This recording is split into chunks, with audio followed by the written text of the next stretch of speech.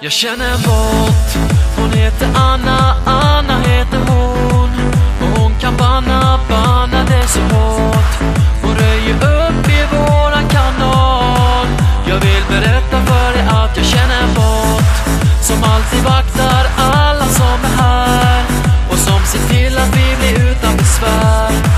Det finns ingen takeover som lyckas. Kom ihåg att det är jag som känner en bot.